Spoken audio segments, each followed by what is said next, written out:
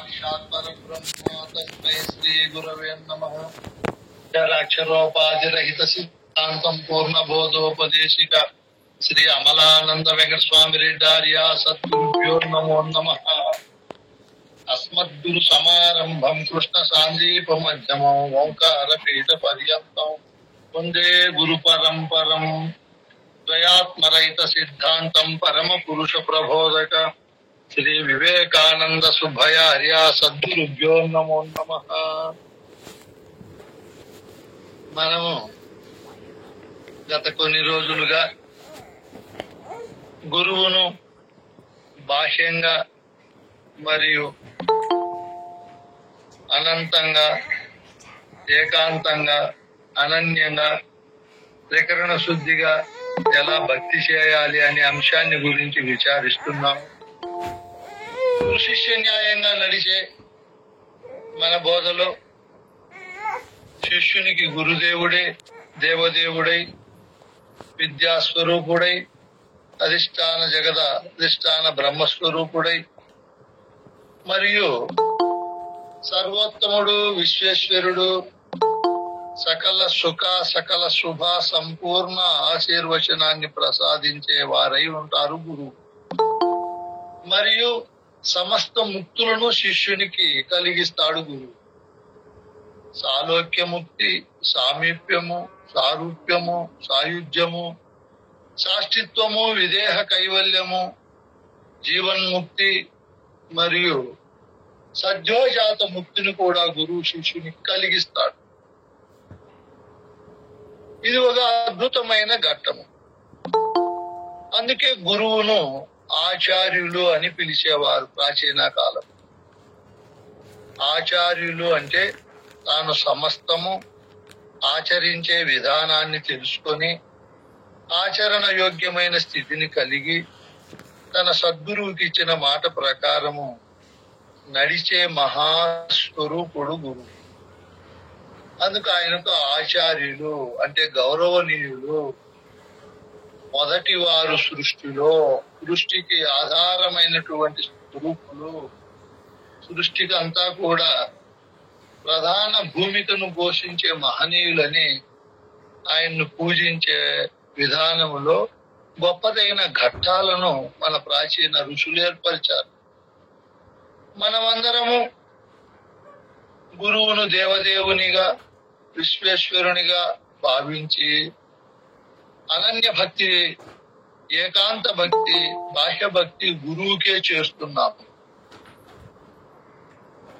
సాధన సంపత్తి కలిగి ఘోర సంసార బాధను పోగొట్టుకోవాలనే కోరిక కలిగి పుణ్యోదయము కలిగి బాహ్యాంతరముల యందు అతి అద్భుతమైన అనన్యమైన భక్తి కలిగిన శిష్యుడు గురువు దగ్గరికి వెళ్ళి నాకున్నటువంటి సందేహాన్ని తీర్చుము అని అడిగాడు.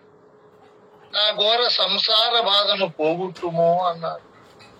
నేను ఏ సాధన చేస్తే ఇంకా చేయవలసిన పని లేకుండా ఉంటుందో ఆ సాధనను గురించి నాకు చెప్పు అని శిష్యుడు అడిగినప్పుడు, సాధన అవసరం లేదు నాయన, శ్రవణము చేయండి మీ శ్రోత్రముల ద్వారా, అందులో వచ్చే జ్ఞానాన్ని అర్థము చేసుకొని హృదయంలో ఘనీభవించుకోండి, మీకు అద్భుతమైనటువంటి ఫలితము కలుగుతాదని గురువు సాధనల జోలికి పోకుండా, నాయన నేను చెప్పే బోధను సావధాన చిత్తుడవై ఏకాగ్రత కలిగి అనన్యమైనటువంటి భక్తితో, ఇంకా ఇది తప్పితే నాకు మోక్షము కాని, జనన మరణం అనే ఘోర సంసార బాధ గాని తప్పిపోదు, మోక్షము లభించదు అనే తీవ్రమైన ఆపేక్ష కలిగి శిష్యుడు వినాలని గురువు చెప్తూ చంచల బుద్ధి మానుకోమంటాడు గురువు శిష్యునితో. చంచల బుద్ధి, చంచల బుద్ధి అంటే ఏమనైనా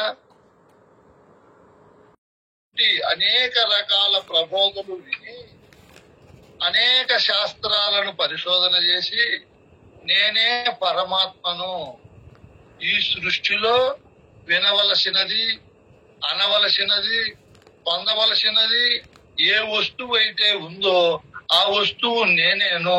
నాకు భిన్నంగా ఇంకొక అణువు పరమాణువు కూడా లేదు. నేనే పరమాత్మనని బాగా నిశ్చయము కలిగినటువంటి వారిని సాధన సంపత్తి కలిగిన వారు అంటారు. ఇట్లా సాధన సంపత్తి కలిగిన వారు అనంతకాలము నేను బ్రహ్మమునని బ్రహ్మానంద స్థితిని అనుభవించి ఒకానొకప్పుడు వారికి ఒక సందేహం వచ్చింది. నేను బ్రహ్మమును కరెక్టే, నేను నాకు ఆవరణగా ఉంది, నేను జడమైనటువంటిది, అనేక దశలకు మార్పులు చేర్పులు కలిగినటువంటిది. ఇటువంటి అనిత్యము అశాశ్వతమైన దేహముతో నేను పొత్తు పెట్టుకున్నాను కదా, నేను దానితో కూడి ఉన్నాను కదా, నేను దానితో కలిసి ఉన్నాను కదా. అది లేనప్పుడు నా కథ ఏమి? నేను ఎక్కడుంటాను? నేను ఎలా ఉంటాను? నా స్థానమేమి అని సందేహం వచ్చి ఒకవేళ భగవద్గీత, ఉపనిషత్తులు, బ్రహ్మసూత్రాలు మరియు వేదాలు, సృష్టిలో ఉండే అనేక గ్రంథాలను పరిశోధన చేసి దేహము లేనప్పుడు నేను మళ్ళీ వాసనా రూపాలతో ఉండి దేహిని వెన్నుకుంటాను. మళ్ళీ ఒకవేళ పుణ్యం చేశాను, పుణ్యలోకాలకు పోయాను, ఆ పుణ్యం అయిపోతానే మళ్ళీ నేను రావాల్సిందే కదా మానవ లోకానికి. ఇది ఎలా తప్పించుకోవాలి అని అత్యద్భుతమైన ఒక సందేహం కలిగి గురువు దగ్గరికి పోయాడు. గురువు దగ్గరికి పోయినప్పుడు ఈ పరిపూర్ణ బోధ చెప్పే గురువు, బిడ్డ నీ సందేహాన్ని నేను తీరుస్తాను. పరిపూర్ణం ఒకటి ఉంది, లేని ఎరుక అనేది ఒకటి ఉంది.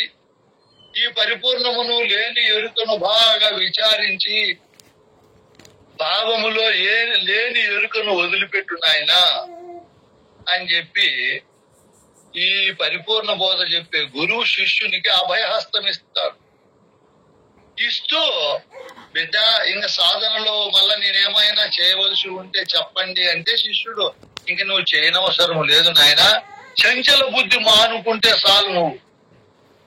ఏందయ్యా ఈ గురువు పరిపూర్ణ బోధ చెప్పే గురువు ఎరుక అనేది దేహముతో కూడి ఆశ్రితంగా ఉంటాది, ఇది అనాశ్రిత వస్తువు అంటున్నారే, దేహం లేకపోతే దేహి ఉండదు అంటున్నారే.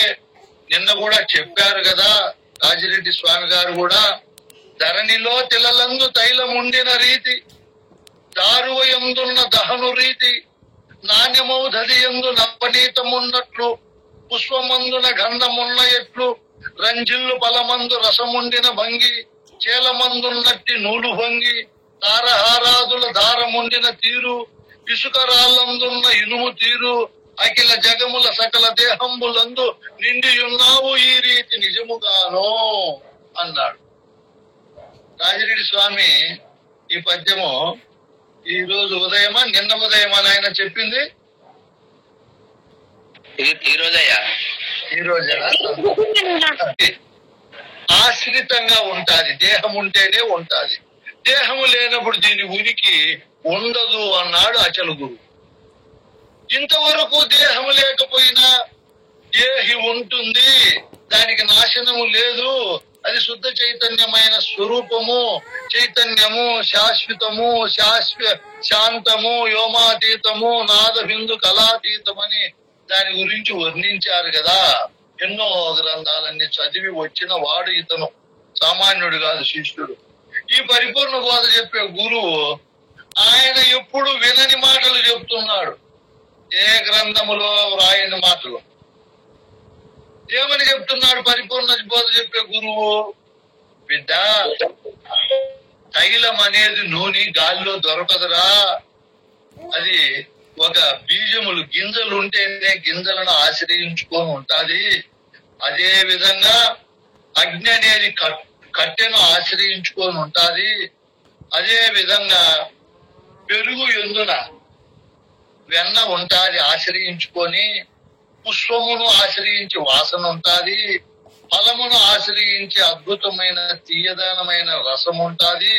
అలాగే ఒక బట్టను ఆశ్రయించుకొని పత్తి అనే నూలు ఉంటాది. అలాగే పూల హారముల ఎందున్న దారం ఉంటాది. ఇసుక రాళ్లలో ఇనుము ఉంటాది. అట్లా అఖిల జగములలో ఉన్నటువంటి సకల దేహాదుల యందు ఈ ఆత్మ నిండి ఉంటాది.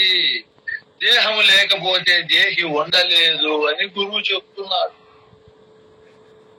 ఈ మాటలు విన్నాడు ఈ శిష్యుడు. కొత్త మాటలు ఇవి. అదిగా ఎరుక, ఇది ఎప్పటికీ ఉంటుంది, ఇది నాశనము కాదు, ఇది అవినాశి, ఆత్మనెవరు చంపలేరు, అది నశించిపోయే వస్తువు కాదు అని భగవద్గీత ఇవన్నీ చెప్పాయి. అవన్నీ చదివాడు ఈ శిష్యుడు. ఈ బోధకు వచ్చిన వాడు సామాన్యుడు కాదు. వీడు నిర్మలంగా బోధ వింటూ ఉండినా అవన్నీ గుర్తుకొచ్చి వీని భావాన్ని సంచలింపజేస్తాయి. శంకరాచార్యుడు తమాషానా ఎంత గొప్పవాడు, వివేకానందుడు ఎంత గొప్పవాడు, వ్యాసుడు ఎంత గొప్పవాడు, ఆ క్రమములో రామానుజాచార్యులు, మధ్వాచార్యులు, ఇట్లా మహానుభావులందరూ ఎంతో మంది వచ్చారు. భాష్యకారులు వాళ్ళందరూ ఈ ఆత్మను అఖండమైనది, శాశ్వతమైనది, అచలమైనది అని బోధించారు కదా. వీళ్ళు చూస్తే ఇది ఆశ్రిత వస్తువు, ఎత్తుకుంటానే లేని ఎరుక అంటున్నారే అని నీ భావము చెల్లింపవచ్చు నాయనా. ఇందాక మీరందరూ బాగా చెప్పారు, అట్లా కూడా చెల్లించాలి ఇది. అయితే ఇట్లా చెల్లింపకుండా చేసుకోమని చెప్తున్నాడు ఈ గురువు. ఎన్నో శాస్త్రాలు చదివాడు వీడు. శాస్త్ర వాసన అద్భుతంగా ఉంటది. ఈ ఇప్పితే చాలు వీని మనస్సు ఆ శాస్త్రాల పైకి పోయాడు. అట్లా చెప్పారు కదా, ఇట్లా చెప్పారు కదా అని నీ మనసు చెల్లించవచ్చు నాయనా. ఎవరెన్ని చెప్పినా, ఎవరెన్ని కోణాలలో ఉపమేయానికి ఉపమానాలు జోడించినా అవి నిలబడేటివి కాదు నాయనా అని గురువు చెప్పేస్తూ, మళ్ళీ నీ మనస్సు వాళ్ళు అలా చెప్పారు, వీళ్ళు ఇలా చెప్పారని నీకు శాస్త్రాలు గుర్తు వచ్చి శాస్త్రీయమైనటువంటి భావము నిన్ను బంధించవచ్చు నాయనా. ఆ బంధానికి నీవు లోను కాకుండా ఉండాలంటే చంచల బుద్ధి మానుకోవాలి.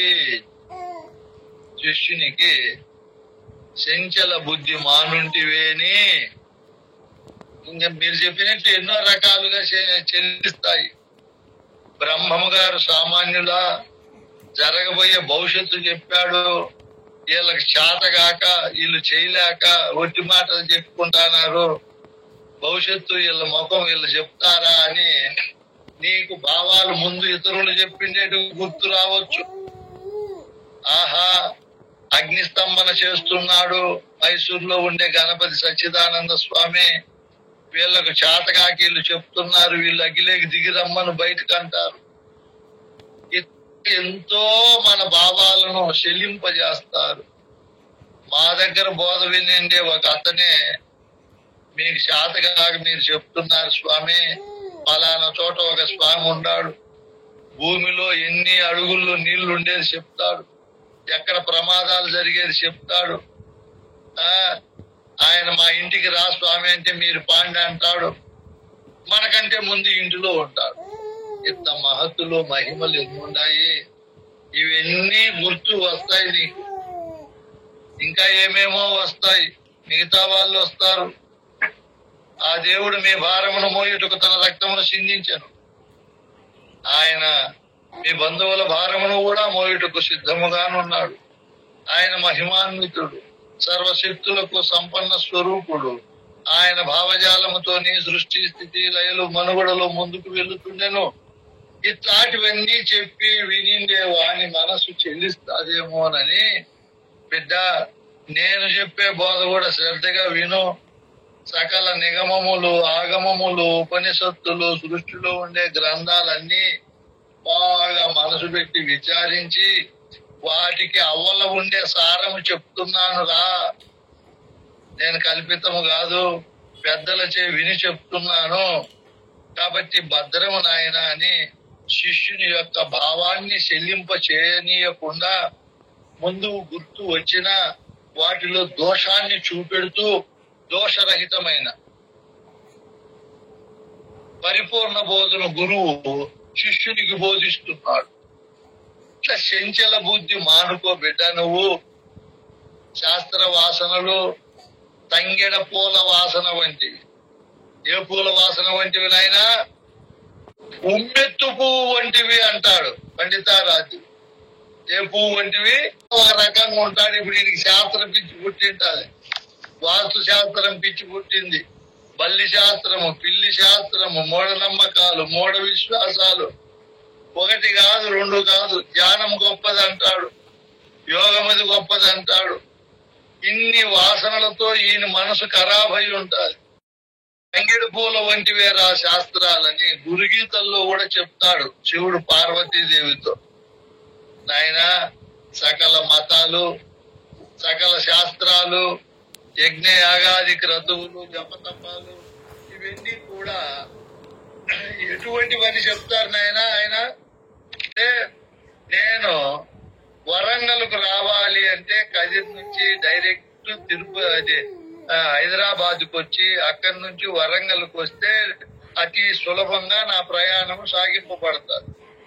నేను వరంగల్కు రావాలంటే నేరుగా బెంగళూరుకు పోయి, అటు నుంచి మైసూరుకు పోయి, అటు నుంచి కన్యాకుమారికి పోయి, కన్యాకుమారి నుంచి మళ్ళా గుల్బర్గాకు పోయి, గుల్బర్గా నుంచి మళ్ళా నేరుగా గాంధీనగర్ పోయి, అట్లే ఢిల్లీకి పోయి, ఢిల్లీ నుంచి మళ్ళా ఈటానగర్, చండీగఢ్, అవన్నీ పోతే నా దారి, నా ప్రయాణం ఏమైతుంది?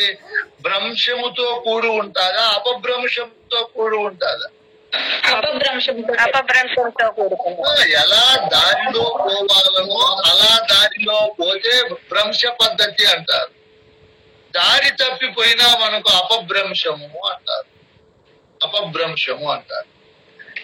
బీడీలు తాగేది భ్రంశమా, సారాయి తాగేది భ్రంశమా, యాపిల్ పండు జ్యూస్ తాగేది భ్రంశమా, మరియు గుట్టకాలు వేసుకునేది భ్రంశమా, పరస్త్రీని కోరుకునేది భ్రంశమా, ఇల్లాలితో అవినాభావ సంబంధము ప్రేమతో ఉండేది భ్రంశమా, మరియు గురువు దగ్గర బోధ వినేది భ్రంశమా, కఠిన సాధనలు చేసేది భ్రంశమా, మోసము చేసి అబద్ధాలు చెప్పేది భ్రంశమా, సత్యములో ఉన్నంతలో తృప్తిగా నిజాయితీగా ఉండేది భ్రంశమా?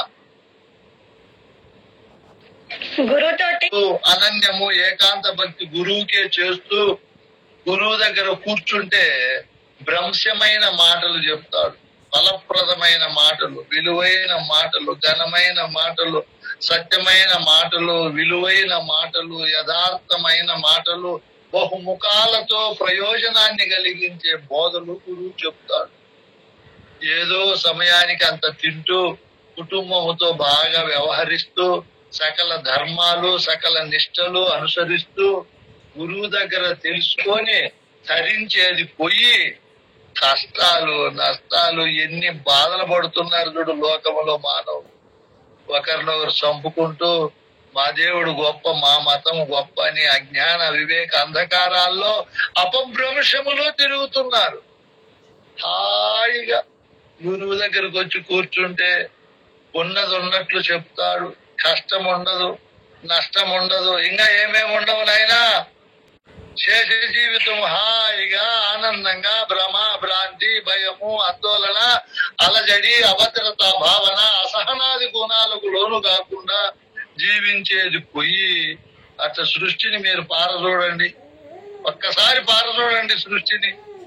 పొర్లు దండాలు పెట్టేవాళ్ళు, నల్ల బట్టలు వేసుకునే వాళ్ళు, ఆకుపచ్చ బట్టలు, ఎర్ర బట్టలు, పసుపు బట్టలు, బోడుగుండు కొట్టించుకునే వాళ్ళు, చెప్పులు లేకుండా నడిచే వాళ్ళు, నిలుపు దోపిడీ చేసే వాళ్ళు, ఒకటి కాదు నాయనా వాళ్ళ బాధలు. ఎర్రగడ్డలు తినమంటారు, తెల్లగడ్డలు తినమంటారు, అందరి గృహస్థాశ్రమంలోకి మేము రామంటారు, మేమే వండుకుంటామంటారు. ఏమన్నా మీకు జీర్ణశక్తి ఏమన్నా తక్కువ నాయనా? మీరే చెప్పండి. లేఖన స్వతా పరిపూర్ణమయ్యుంటూ ప్రకృతి లేదు. కలలోన కనుగొన్న గజమేమి లేనట్లు ఎరిగే శరీరం ఏమీ లేదు. ఇది సద్గురు వాక్యము. ఇంతకన్నా ఎక్కువైన వాక్యము ఎందైనా లేదు. ఇది రాజ మార్గము. ఇది అనాయాసం. అనాయాసం. ఏ మాత్రము చూడండి, చెప్పే వాళ్ళకు మాకు బాధలు ఉన్నాయి కానీ మీకు వినే వాళ్ళకి ఏమైనా ఆయాసం ఉందా? అబ్బా మాకు తలనొప్పిస్తాంది, బోరు కొడతాంది, ఇంకొద్దు స్వామి అనేటికి ఉంటుందా? గురువు చెప్తా ఉంటే మీరు మీ కుటుంబ సభ్యులను, మీ వ్యక్తిగత కష్టాలను, సమస్యలను, మీ బాధలను, భ్రమలు అన్ని మైమరిపించి గురువు ఎన్ని గంటలైనా నిత్య నూతనంగా బోధ చెప్పే సత్తా ఈ పరిపూర్ణ బోధలో చూడండి. మీకే అన్ని రోజులు విన్నా, ఇప్పుడు 3 ఏళ్ళు విన్నారు చంద్రప్ప స్వామి వాళ్ళు, ఇంకా 10 ఏళ్ళు వినండి, నిత్య నూతనంగా ఉంటుంది బోధ. ఆశ్చర్యం కలిగిస్తుంది, ఆనందం కలిగిస్తుంది, మరియు ఆరోగ్యాన్ని పెంచుతుంది, ఆవేశాన్ని తగ్గిస్తుంది, నిర్భయాన్ని కలిగిస్తుంది. పరిపూర్ణ ఇంత ఘనమైన బోధ, దీంట్లో ఏ చిక్కులు ఉండవు. దొంగతులో ఒక అనే కాదు, ఇట్లా వచ్చి భక్తుడు గురువు చంచల బుద్ధి పోకుండా అచంచలమైన విశ్వాసముతో గాలి లేని చోట దీపము ప్రకాశించినట్టు తాను నిర్మలాంతఃకరణ కలిగి గురువు దగ్గర బోధ వినే కొద్దీ గణీయమైతాత తన హృదయాంతరాలు పరిపూర్ణ బోధ నిండుకుంటారు. ఇప్పుడు నాగార్జున సాగర్ కు, శ్రీశైలం ప్రాజెక్టులకు గేట్లు ఎత్తేసినారు, నిండుగా వచ్చేసాయి నీళ్లు. అట్లా గురువు చెప్పే బోధ వింటూ వింటూ వింటూ ఉంటే హృదయాంతరాల్లో నిండిపోతాది, నిండుకుండల వలె అయిపోతాం మనం. సంపూర్ణ బోధానందాన్ని, బోధ ఫలాన్ని అనువనువుగా అనుభవిస్తాం. ఇంత గురువు తత్వం ఇంత గణీయంగా ఉండాలి. దాన్ని భక్తి చేసే మహనీయులు ఎలా ఉండాలి? కపటము లేకుండా, గురువాక్యం మినహా నన్ను కడతీర్చేది ఇంకేమీ లేదని అత్యంత విశ్వాసంతో ఉంటూ గురువుకు మనము బాహ్యంగా అనేక వస్తువులను సమర్పించి ఎలా చేయాలో తెలుసుకున్నాం. మరియు తన శరీరంలో ఉన్నటువంటి వస్తువులను గంధముగా, పుష్పముగా, ధూపముగా, దీపముగా, మహానైవేద్యముగా, సర్వాత్మను ఏ విధంగా, వీటితో పాటు సర్వాత్మను ఏ విధంగా గురువు సమర్పించాలో తెలుసుకున్నాం. బాహ్య భక్తి ద్వారా ఎంతమంది కడతేరాడు, అనన్య భక్తి, ఏకాంత భక్తి ద్వారా ఎవరెవరు ఎలా ముక్తిని, మోక్షాన్ని పొందారో చెప్పుకుంటూ, గురుభక్తి ద్వారా సద్యోజాత ముక్తి ఎలా వస్తుందో మనం చెప్పుకుంటున్నాం. ఇప్పుడు గురుభక్తి చేసే మహనీయుడు ఇంటికి వెళ్ళిన తరువాత గురువు ఎక్కడో ఉంటాడు, మనం ఎక్కడో ఉంటాము. దీనికి ఆది శంకరాచార్యులు పరాభక్తిని, జ్ఞానభక్తిని గురించి చెప్తారు. బోధంతా పూర్తయింది. మన భావం ఎలా ఉండాలి చెప్పారు పెద్దలు. గురువే సర్వజీవులై ఉండ ఏ జీవుడని గురువును నే పూజించనలవియగును. ఇట్లా భావము బాగా స్ప్రెడ్ అయిపోవాలి. మనం గురువుకు 4 సాధనలు చేయమన్నారు పెద్దలు. 4 సేవలు: స్థాన సేవ, అంగసేవ, భావసేవ, ఆత్మసేవ. ఇవి గురువుకు చేశాము, మనము చేసుకుంటాము. మీకు మళ్ళీ ఆ సబ్జెక్ట్ వస్తుంది, అది వచ్చినప్పుడు చెప్పుకుందాము 4 సేవల గురించి. ఆ తరువాత భావసేవ చేశాము, ఆత్మసేవ చేశాము, తనకు తానుగా. బోధకు చేశాము, బోధ పూర్తయింది. ఇంటికి పొమ్మన్నాడు గురువు. ఇంకా ఏదో ఒక వ్యవహారం చేసుకొని శేష జీవితం గురుమంత్రం మరవకుండా, ఎవరిని బాధ పెట్టకుండా, ఎవరి చేత నువ్వు బాధపడకుండా, ఎవరిని నువ్వు భయపెట్టకుండా, ఎవరి చేత నువ్వు భయపడకుండా, బిడ్డ ఇదిగో ఈ పద్ధతిలో చేసుకోమన్నాడు గురువు. ఇప్పుడు ఇంటికి పోయి స్థాన సేవ ఎలా చేయాలి మనము? గురుడే సకల స్థానముల యందు నిండి ఉందా, ఏ స్థానమున గురునకునే ఆశ్రయంబు అమర్చగలను. అన్ని స్థానాలలో నా గురువు ఉన్నాడు, ఆ గురువు లేని చోటు లేదు అని అనుకోవడమే గురువుకు ఆశ్రయం కట్టినట్టు. మనం నేను ఒక ఆశ్రమం కట్టుకున్నా ఇక్కడ. బాగా విశాల దృక్పథంతో చూస్తే గురువుకి ఆశ్రయం కట్టేకి మన నుంచి అవుతుందని ఆయన అంత అఖండ తేజస్వరూపుడు ఆయన. ఇంకా చెప్తున్నాడు, గురువే సర్వనామములై ఉండ ఏ నామమున నేను గురువును కొల్వగలను. అన్ని నామాలు గురువే ఉన్నాయి. మీరు అష్టోత్తర శతనామావళి చూడండి, విష్ణు సహస్రనామాలు చూడండి, ఇవన్నీ గురువుకు అన్ని నామాలు ఆయనవే. ఇప్పుడు మనం ప్రొద్దున్నే ఏదో చెప్పుకుంటున్నాం, ఏం బోధనైనా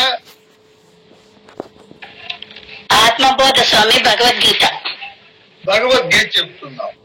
అందులో కృష్ణుని విభూతులు చెప్పుకుంటున్నాం. ఆయన ఒకటా రెండా అనంతమా? అనంతం. ఆ గురువు కూడా అనంత విభూతులు కలిగి ఉన్నాడు. సకల నామములు ఆయనే ఉన్నాడు.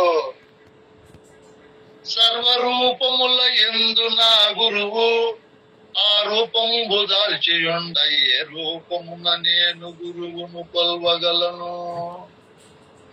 అన్ని రూపాలు నా గురువే. ఈ సృష్టిలో పిల్లి, నల్లి, బల్లి, పాము, కుక్క, కోడి, మనిషి, అన్ని నక్షత్రాలు, గ్రహాలు, ఉపగ్రహాలు, ఉలకలు, తోకచుక్కలు, దుమ్ము, ధూళి, శిలా శకలాలు, నదులు, పర్వతాలు, పిడుగులు, సముద్రాలు, ఓ సమస్తము నా గురు రూపములై ఉన్నాయి. ఇంత విశాలమైపోవాలి భక్తి, పరాకాష్ట చేరుతుంది.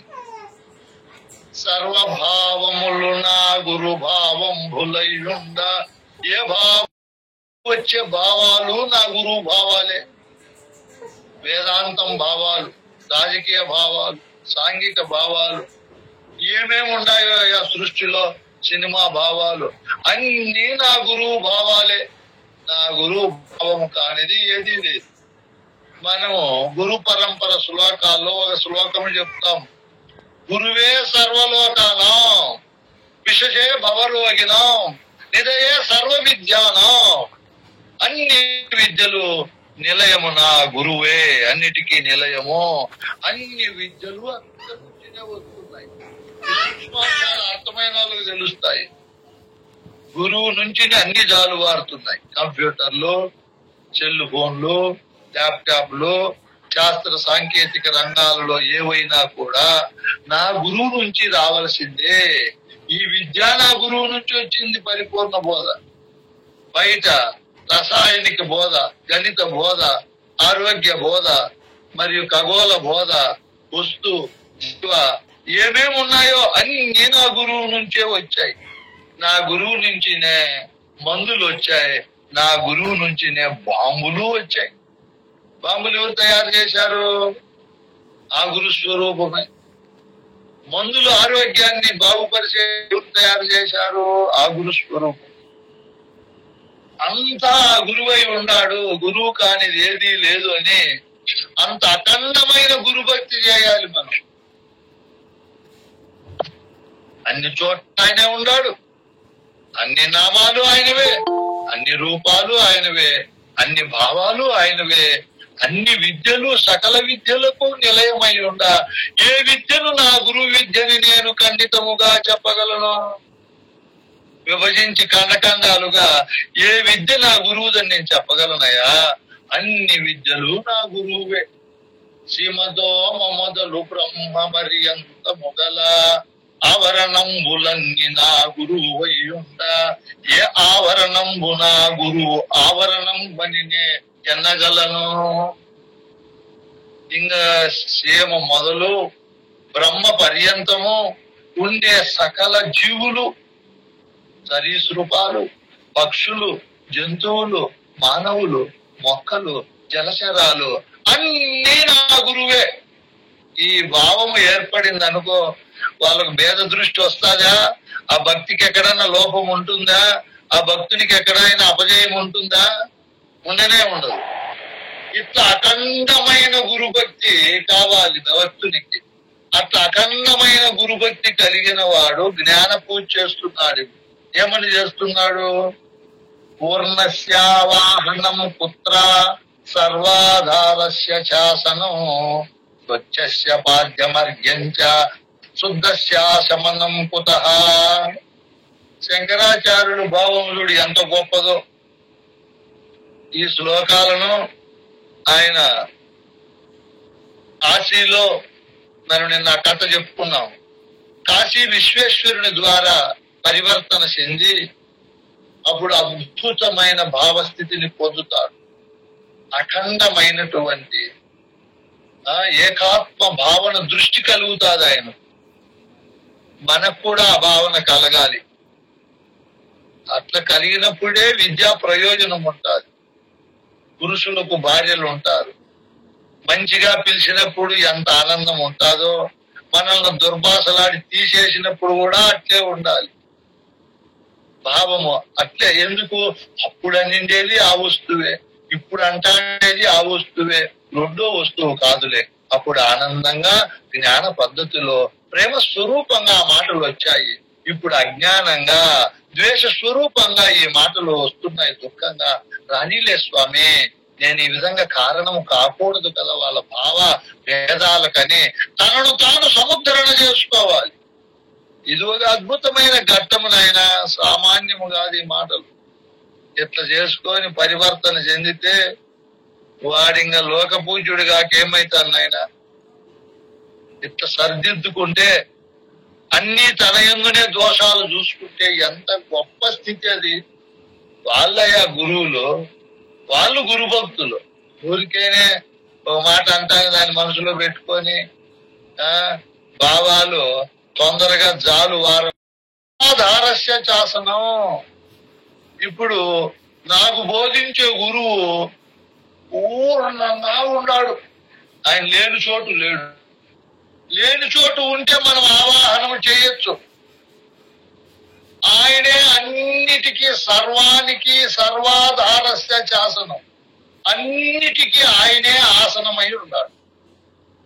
ఒక చోట అనేది లేకుండా ఆయన అన్ని చోట్ల ఉంటూ అన్నిటికీ ఆయనే ఆసనమై ఉన్నాడు.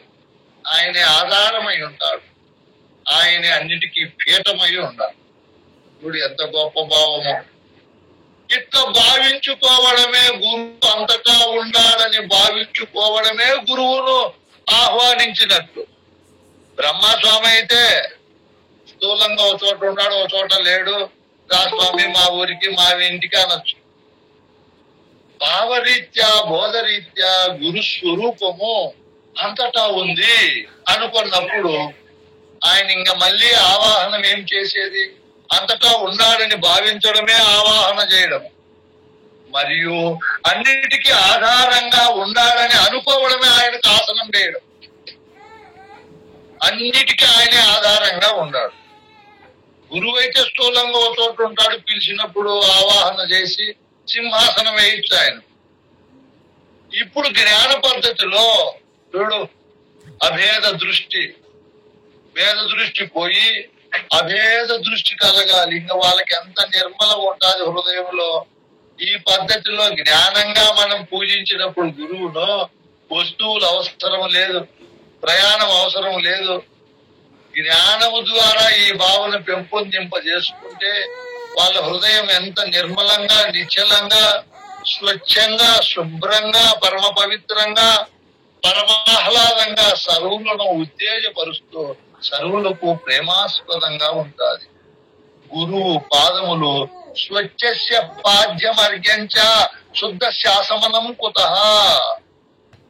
చూడు, బ్రహ్మస్వామి అయితే ఒక చోటు నుంచి ఒక చోటికి నడిచి రావాలి, ప్రయాణం చేసి రావాలి. అప్పుడు పాదాలు మలినమవుతాయి, చేతులు మలినమవుతాయి, మరియు ముఖము, శరీరం ఓతప్రోతంగా అపరిశుద్ధం అవుతాది. గురు చైతన్యము సర్వత్రా నిండి నిబిడీకృతంగా ఉంది, అన్నిటికీ అదే ఆధారమై ఉంది అని భావిస్తూ ఆయన పాదములు, ఆయన అర్ఘ్యములు, చేతులు, ఆయన ముఖము ఎప్పుడు స్వచ్ఛంగా ఉంటాది. మలినమయ్యేకి అవకాశమే లేదు. ఆయన పాదములు అంటే ఆయన నోటి నుంచి వచ్చే మాటలు, ఆయన చేతులు అంటే ఆయన మనకిచ్చే అఖండ పూర్ణాశిష్యుడు, ఆయన ముఖము అంటే ఓతప్రోతంగా ఉండే గురుస్వరూపం. మొత్తం గురుస్వరూపము, దాన్ని సంస్కృతములో మూర్తిత్వము అంటారు.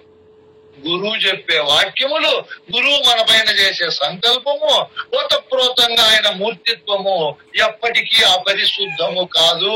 స్వార్థంగా, ఫలాపేక్షతో మరియు కుంఠితమైన అజ్ఞాన విద్యా స్వరూపాలుగా ఉండదు అని అనుకోవడమే గురువుకు పాదాలు, చేతులు, ముఖము కడిగిన వాళ్ళమవుతాం.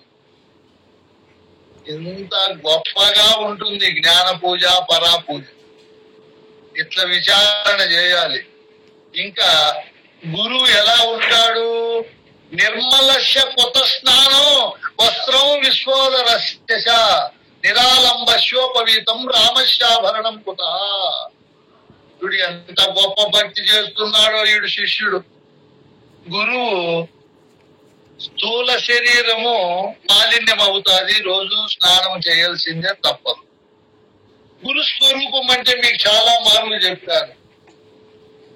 మీకు నా నుంచి ఏ బోధ అయితే మీలో ప్రవేశిస్తా ఉందో, నాలేకి ఎక్కడ మా గురువు నుంచి ప్రవేశమై వచ్చిందో, ఇట్లా యుగ యుగాలుగా ఓతప్రోతంగా ఒకరి నుంచి ఒకరికి పరకాయ ప్రవేశమై నిత్య నూతనమై విరాజిల్లేదే గురువు, గురు స్వరూపం. అటువంటి గురు స్వరూపము ఎప్పుడన్నా మలినం అవుతుందా నాయన? కృష్ణ ప్రభువుల్లో మలినమైందా? శివరామ దీక్షితుల్లో మలినమైందా? శ్రీ బండారు వివేకానంద సుబ్బరాయార్యులలో గాని, పిల్లల మరి భీమయార్యుల్లో గాని, అమలానంద వెంకటస్వామి రెడ్డి ఆర్యులలో గాని, ఇట్లా అద్భుతమైన గురువులలో అది మలినము కాదు, నిత్యనూతనమై ప్రకాశిస్తాది. అది ఏ విధంగా ఎప్పుడు మలినము కాదని అనుకోవడమే గురువు స్నానం చేయడం. నిర్మలుడై ఉంటాడు, మలినమై ఉంటాడు. ఆయన భావము ఎప్పుడు గురువాక్య పరిపాలనతో మమేకమై పరిశుద్ధంగా ఉంటాది. ఈశనత్రయాలు, వాసనత్రయాలు, అరిషడ్వర్గాలు, అష్టమలాలు, అష్టపాశాల చేత అనిర్మలం అంటే నిర్మలానికి వ్యతిరేకంగా ఉండదు అని అనుకోవడమే గురువుకు మనం స్నానము చేయించడం భావములో. ఇదంతా భావ పూజ, జ్ఞాన పద్ధతిలో పూజ. మరియు వస్త్రం విశ్వోదరస్య. మీకు బోధ చెప్పే స్థూల శరీరం గురువులకు వస్త్రాలు ఇస్తాం మనం, ఆయన ధరిస్తాడు. ఇచ్చినప్పుడు మనం ఆయన ధరించినప్పుడు చూసి ఆనందపడతాము, సంతోషపడతాం. ఇక జ్ఞాన పద్ధతిలో ఈ సృష్టికి ఉదరంగా ఉండి ఆయన సృష్టికి అంతటికి వస్త్రాన్ని ఇచ్చి ఉన్నాడు. ఈ విశ్వమే ఆయనకు ఉదరంగా ఉంది అంటే అంత విశాలంగా ఉన్నాడు గురువు. అంత విశాలంగా ఉన్నాడని, ఈ సృష్టి అంతా ఆయన ఉదరములో ఉందని భావించడమే గురువుకు వస్త్రము సమర్పించడం. మరియు నిరాలంబ శోపవీతం, ఇతనికి యజ్ఞోపవీతం వేస్తాం మనం గురువుకు. గాయత్రి మంత్రము చెప్పి నా గురువుకి ఇది రక్షణ కవచంగా ఉండాలి, నా గురువుకి ఇది ఓతప్రోతంగా మహా ఆరోగ్యాన్ని, ఆనందాన్ని, బలాన్ని, అన్నిటినీ శుభమైనటువంటి వాటిని సమకూర్చాలి అని మనము అతనికి సమర్పిస్తాం. గురువుకి ఇది ఆధారంగా ఉండాలి అని. ఇక్కడ జ్ఞాన పూజలో గురువే అన్నిటికీ ఆధారమై ఉండాలని అనుకోవడమే మనం గురువుకు యజ్ఞోపవీతం వేసినది. గురువే అన్నిటికీ ఆధారమై ఉండాలి. సూర్యుడు ప్రకాశించేకి, చంద్రుడు భూమి చుట్టూ తిరిగి మనకు చల్లని వెన్నెలు ఇచ్చేకి, భూమి సూర్యుడు చుట్టూ తిరిగే కక్షకైతేనేమి, సముద్రాలు గదులు తప్పకుండా ఉండేకి, ఈ సృష్టిలో వర్షాలు అన్ని సమయానుకూలంగా వ్యవహరించేకి నా గురువే కారకుడు. నా గురువుకు ఇంకొక కారణము లేదు. నిరాలంబుడు నా గురువు, ఇంకొక కారణము కలిగిన వాడు కాదని అనుకోవడమే గురువుకు యజ్ఞోపవీతం వేయడం. మరియు రామస్యాభరణం కుతః. రాముడు అంటే ఎవరు? అన్నిటికీ ఆధారంగా ఉంటూ అన్నిటినీ రమించేవాడు రాముడు. ఇప్పుడు నా శరీరాన్ని ఎవరు రమిస్తున్నారు? బ్రహ్మ అనే రాముడు. మీ శరీరాలను మీ పేర్లతో ఉండే రాముళ్ళు రమిస్తున్నారు. అట్లే సృష్టిని అంతా ఆరాభరణాలు వేసినట్లు మనం వజ్ర వైడూర్యాలతో, బంగారుతో, గోమేధికములు, కెంపులు, ఈ విధంగా ముత్యములు, మాణిక్యములతో ఉండే నవరత్న ఖచ్చితమైనటువంటి ఆభరణాలన్నీ సమర్పించిన వాళ్ళం అవుతాం మనం గురువు. ఏ విధంగా అనుకుంటే నాయన, నా గురువే అన్నిటికీ ఆధారమై ఉన్నాడు, అన్నిటినీ రమిస్తున్నాడు. నా గురువు లేకపోతే అవన్నీ రమింపబడవు. బ్రహ్మ లేకపోతే, బ్రహ్మ అనే రాముడు లేకపోతే ఈ దేహము ఎవరు దీనికి విలువ ఇవ్వరు. వాళ్ళ ఫోన్లు కూడా చేయరు, ఆ నెంబర్ డిలీట్ చేసేస్తారు. ఈ దేహంలో రాముడు, బ్రహ్మ అనే రాముడు ఉంటే రమిస్తారు. మీలో మీ రాముళ్ళు ఉంటే అందరూ రమిస్తారు. ఆ రాముడే, ఆ పరిశుద్ధాత్మమైన ఎరుక స్వరూపమే నా గురు స్వరూపం అని అనుకోవడమే గురువుకు ఆభరణాలను మనం సమర్పించాలి. ఇది ఎంత గొప్ప భావాలు మీరు చూడండి. ఈ విధంగా ఇంక కొన్ని ఉన్నాయి నాయన, రేపు చెప్పుకుందాము.